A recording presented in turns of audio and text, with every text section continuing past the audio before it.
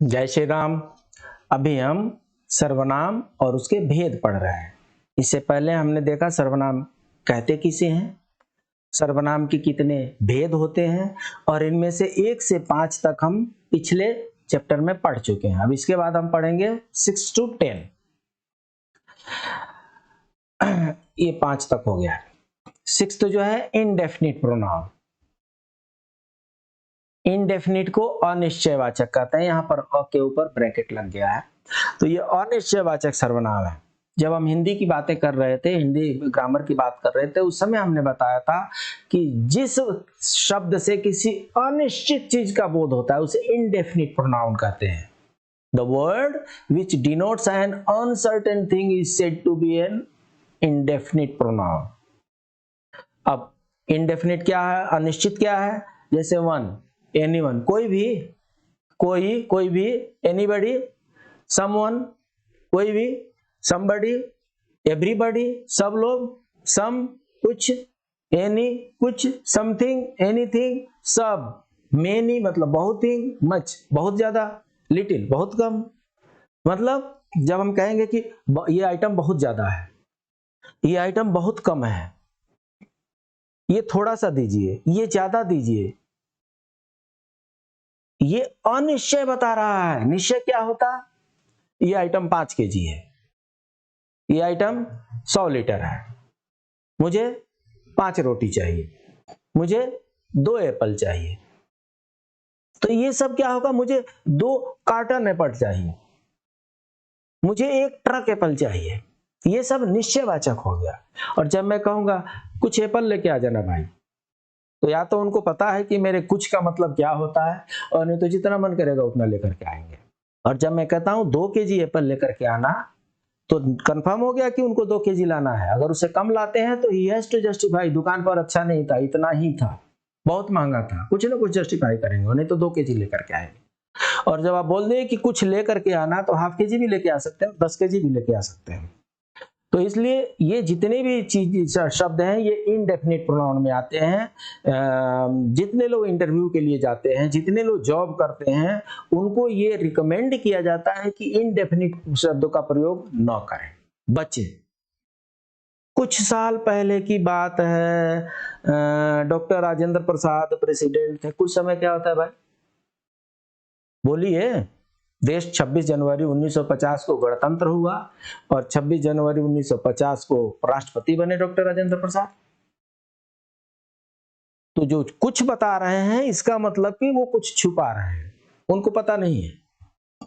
तो इसलिए जैसे आप कहेंगे कि कुछ लोग जा रहे थे, कुछ दिन पहले की बात है, इंटरव्यूअर समझ जाएगा कि इनके पास लिटिल नॉलेज है, बाकी नॉलेज घर छोड़ करके आ गए हैं, बुक में ही छोड़ करके आ गए हैं।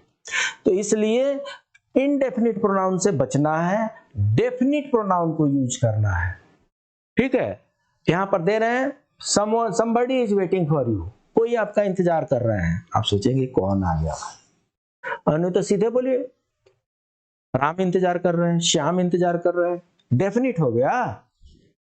इनडेफिनिट मतलब somebody हो गया। हम में से हर कोई जानता है कि वह कई घंटों तक पानी के नीचे रहने में सक्षम नहीं है। ये कई घंटों क्या होता है? तो most of the boys are absent in the class, ये मोस्ट ऑफ द क्या होता है? Most of the money has been spent, ये मोस्ट ऑफ द क्या होता है? एक अनुमान है कि लगभग 70%, 60%, 70% इन्होंने खर्चा कर दिया है। ये एग्जैक्ट नहीं है, और इसलिए ये इनडेफिनिट है। डिस्ट्रीब्यूटिव प्रोनाउन वितरणवाचक सर्वनाम, इसमें क्या करते हैं? इसमें गिनती के शब्द हैं, एक तो ईच है, एक आइदर है, और एक नाइदर है। आइदर को साउथ में ईदर भी कहते हैं, नाइदर को साउथ में नीदर भी कहते हैं। तो अगर कोई आइदर को ईदर पढ़े और नाइदर को नीदर पढ़े, चाहे नीदर को नाइदर पढ़े, ईदर को आइदर पढ़े, तो आपको समझ लेने की जरूरत है, बहुत ज्यादा आश्चर्य करने की जरूरत नहीं है। इंग्लिश का प्रोनाउंसिएशन वर्ड में डिफरेंट होता है। तो डिस्ट्रीब्यूटिव प्रोनाउन में क्या कह रहे हैं कि each, either, neither are called distributive pronoun. The pronoun which is used as distribution of a noun is called distribution pronoun. जिस pronoun का प्रयोग विभाजन के रूप में किया जाता है उसको डिस्ट्रीब्यूटिव प्रोनाउन कहते हैं। जैसे each of the leaders is a knave, प्रत्येक लीडर जो है वो धूर्त होता है। Either of the girls is knave, इन दोनों में से कोई लड़की एक नादान है, बाकी दूसरी डाउटफुल है कि वो नादान है कि नहीं है। आइदर मतलब दोनों में से कोई एक, एनीवन। नाइदर मीन्स कोई नहीं। ईच मतलब सब, आइदर मीन्स दोनों में से कोई एक। अगर 3-4 लोग हैं तो आइदर नाइदर नहीं यूज होगा, आइदर नाइदर सिर्फ 2 में ही यूज होता है। तो either of the girls is knave मतलब इनमें से कोई एक लड़की। अगर दोनों का अर्थ होता ना तो लिखते कि बोथ गर्ल्स आर नेव। यहाँ पर either of the girls is knave लिखा है, मीन्स इनमें से कोई एक नादान है, इनोसेंट है। तो इस तरीके से आपको जब भी डिस्ट्रीब्यूटिव प्रोनाउन की बात की जाए तो आपके दिमाग में ईच, आइदर, नाइदर शब्द आ जाने चाहिए। रेसिप्रोकल प्रोनाउन, ये क्या है? पारस्परिक सर्वनाम। Each other and one other are called reciprocal. ये ईच और अदर, वन एंड अदर, ये 2 प्रोनाउन है। इनको जोड़ करके, 2 प्रोनाउन को जोड़ करके यहां पर बनाया गया each other, one other. One के बदले में वन, अदर के बदले में अनदर भी यूज किया जाता है। तो ये पारस्परिक सर्वनाम है, ये एक दूसरे के सटे हुए होते हैं। The pronoun which forms from 2 pronouns and denotes mutual relation is called reciprocal। वह प्रोनाउन जो 2 प्रोनाउन से मिलकर के बनाए और परस्पर संबंध बताता है वह रेसिप्रोकल कहलाता है। जैसे India and Brazil help each other, Bharat और ब्राजील ये दोनों एक दूसरे को सहायता देते हैं। ईच अदर मीन्स एक दूसरे को सहायता देते हैं। तो इस तरीके से क्या है, रेसिप्रोकल में आपको each other and one other, one another, other के बदले में वन अनदर भी यूज होता है। इंटरोगेटिव प्रोनाउन, ये हिंदी में भी हम पढ़ चुके थे। हिंदी में था प्रश्नवाचक सर्वनाम। जिस सर्वनामिक शब्द से हम प्रश्न पूछते हैं उसको प्रश्नवाचक सर्वनाम कहते हैं। हिंदी में आपका क्या नाम है, आप कौन हैं, आप कहां से आ रहे हैं, कैसे आ रहे हैं, क्यों आ रहे हैं, ये जितने कहां से, क्यों से, कौन है, क्या है, ये जितने शब्द हिंदी में ये प्रश्नवाचक सर्वनाम है। और एज इट इज इंग्लिश में उसका ट्रांसलेशन है। और इंग्लिश का भी ट्रांसलेशन उसी तरीके से what, where, how, why, how, when, whose, whom, ये सब जितने भी शब्द हैं अगर सेंटेंस के शुरू में, वाक्य के पहले, इंग्लिश में जब भी प्रश्न पूछेंगे तो वाक्य में अगर पहले ये शब्द आते हैं तो वो निश्चित रूप से प्रश्नवाचक सर्वनाम है। अगर ये बीच में आते हैं तो ये प्रश्नवाचक सर्वनाम नहीं बनते हैं। अगर सेंटेंस के बीच में हु आता है तो वो प्रश्नवाचक नहीं है। सेंटेंस के शुरू में अगर व्हाट, हु, हाउ, व्हेन, देखिए what are you, who are you, how do you do, when do you get up, ये सब सेंटेंस के शुरू में ही है। ये सेंटेंस के शुरू में ही है, what, how, who, how, when. तो जब सेंटेंस के शुरू में ऐसे शब्द आते हैं तो इनको इंटेरोगेटिव प्रोनाउन, प्रश्नवाचक सर्वनाम कहते हैं।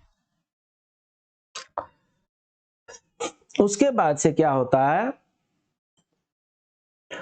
Relative pronoun.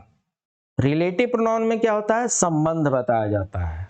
संबंध बताने में क्या करते हैं, वे प्रोनाउन जो अपने पहले प्रयुक्त नाउन्स और वर्ड्स से संबंध बताते हैं। The pronoun which adds to sentences and refers to some noun or pronoun going before is called relative pronoun। वह प्रोनाउन जो 2 वाक्यों को जोड़ता है, अपने से पहले संज्ञा या सर्वनाम के शब्द प्रकट करता है, वह रिलेटिव प्रोनाउन कहलाता है। और इसमें क्या आते हैं, who, whom, who, which, whose, what, where. आप तो कहेंगे कि ये सारे शब्दों को हमने अभी प्रश्नवाचक में पढ़ाया था, ये प्रश्नवाचक सर्वनाम में है वही। ये देखिए ये जितने भी हैं, ये सेंटेंस जो है, ये सेंटेंस में ये शब्द जितने ये प्रश्नवाचक में आते हैं। तो इसी को फिर से मैं रिलेटिव में कैसे बता रहा हूं साहब? मैंने ये बताया था कि जब ये शब्द सेंटेंस में सबसे पहले आए, सेंटेंस इन्हीं से शुरू हो, वाक्य अगर इन्हीं से शुरू होता है, who are you, what are you, where are you going, when are you coming, जब सेंटेंस ही इनसे शुरू होता है तो ये प्रश्नवाचक सर्वनाम है। और जब ये सेंटेंस के बीच में आकर के सेंटेंस का कनेक्टर का काम करते हैं, दो सेंटेंस को जोड़ने का काम करते हैं, दो सेंटेंस में संबंध स्थापित करने का काम करते हैं, तब ये संबंधवाचक सर्वनाम कहलाते हैं। और यहां पर इनका अर्थ बदल जाता है। यहां देखिए ये हु लगा हुआ है, हु मतलब कौन, हु मतलब कौन, ये प्रश्नवाचक में है।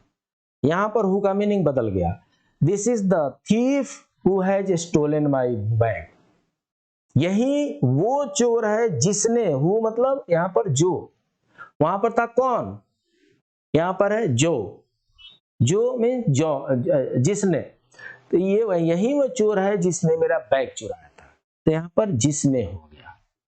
यहां पर देखिए this is the dam which my father built, यहां पर जिसको हो गया। अगर ये सेंटेंस के शुरू में होता तो किसको होता, सेंटेंस के बीच में है तो ये जिसको हो गया। तो यहाँ पर इनके अर्थ भी बदल जाते हैं और इसीलिए इनके प्रोनाउन भी बदल जाते हैं और ये संबंध बताने लगते हैं इन वाक्यों के बीच में, इसलिए इनको संबंध वाचक सर्वनाम कहते हैं। तो इस तरीके से ये आपका टेबल रहा और ये आपके लिस्ट ऑफ प्रोनाउन रहे। इनको याद कर लेनी चाहिए और इनको बार बार प्रैक्टिस करनी चाहिए। Practice makes a man perfect. अगर आप ग्रामर पर अधिकार करना चाहते हैं, स्वामित्व करना चाहते हैं, कंट्रोल रखना चाहते हैं, तो प्रैक्टिस करना सीख लीजिए। बार बार उसकी पुनरावृत्ति, बार बार उसकी प्रैक्टिस करने से रसरी आवत जात पे सिल पे पड़त निशान हो जाता है। अरे रस्सी बार बार आने जाने से पत्थर पर भी निशान पड़ जाता है। हम तो व्यक्ति हैं, हम तो मानव हैं, हमारे दिमाग पर क्यों नहीं प्रभाव पड़ेगा? इसलिए जहां नहीं समझ में आ रहा है उसको 2 बार 3 बार 4 बार देखिए। अगर आपको नहीं समझ में आ रहा है, मेरे व्हाट्सएप ग्रुप में जितने लोग हैं, आप व्हाट्सएप ग्रुप में भी क्वेरी कर सकते हैं। मैं उनके प्रश्नों का उत्तर देने के का भरपूर प्रयास करूंगा। फिर मिलते हैं अगले क्लास में, तब तक के लिए जय श्री राम।